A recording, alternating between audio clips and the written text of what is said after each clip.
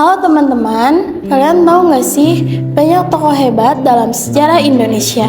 Tapi ada satu yang sering terdengar namanya, namun tidak benar-benar tahu bagaimana kisahnya. Beliau adalah sosok yang mengubah peta Indonesia selamanya, yaitu Juanda Kartawijaya. Untuk lebih mengetahui bagaimana kisah beliau, mari kita mulai dari masa kecilnya. Kalian tahu tidak, Juanda Kartawijaya lahir di Tasikmalaya loh. Ia lahir pada tanggal 14 Januari 1911. Juanda Kartawijaya berasal dari keluarga berpendidikan, jadi wajar sekali kalau misalnya ia tumbuh dengan rasa tanggung jawab yang tinggi. Waktu sekolah di ILS, HBS, dan Teknisi Hoge School, prestasinya tuh selalu menonjol. Tapi bukan cuma pintar saja, tapi beliau mempunyai rasa kepedulian sangat tinggi terhadap bangsanya.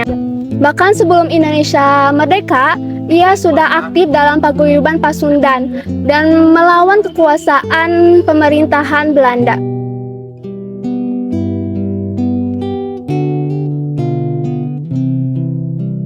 Setelah Indonesia merdeka, pengabdian Juanda semakin luar biasa. Ia langsung diamanahi sebagai kepala jawatan kereta api. Meskipun hal tersebut bukanlah bidang yang ia pelajari, tetapi begitulah sosok Juanda. Dia tidak pernah menolak tugas dari negara. Nah, untuk mengatasi hal tersebut, Juanda terus belajar dan bekerja tanpa henti, hingga sosoknya yang rendah hati pun turut dihormati oleh banyak orang. Sampai akhirnya selama 7 tahun berturut-turut, Juanda menduduki posisi menteri di berbagai kabinet.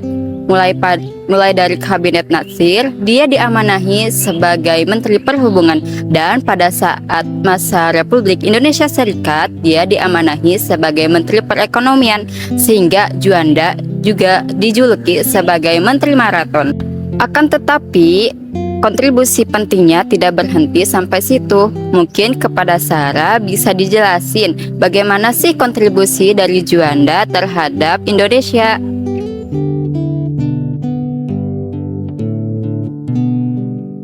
Baik, ini merupakan sejarah Indonesia yang sangat penting, di mana pada tahun 1957 Juanda diangkat sebagai Perdana Menteri Indonesia.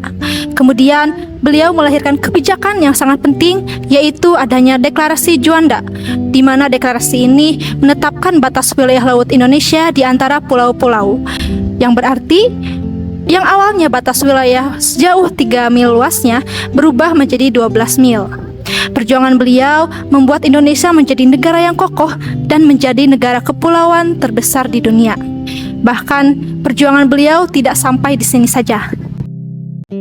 Walaupun mengidap penyakit jantung dan harus menjalani pengobatan di Jepang, beliau tetap bekerja untuk Indonesia sampai akhir hayatnya. Beliau hidup sederhana, jauh dari hiruk-pikuk politik, namun pengaruhnya sangat besar. Laut Indonesia yang luas yang menyatukan pulau-pulau kita adalah bukti nyata perjuangannya. Juanda Kartawijaya bukan hanya tokoh sejarah, ia adalah teladan pengabdian dan keteguhan hati. Terima kasih Juanda Kartawijaya, warisanmu akan selalu hidup dalam sejarah bangsa.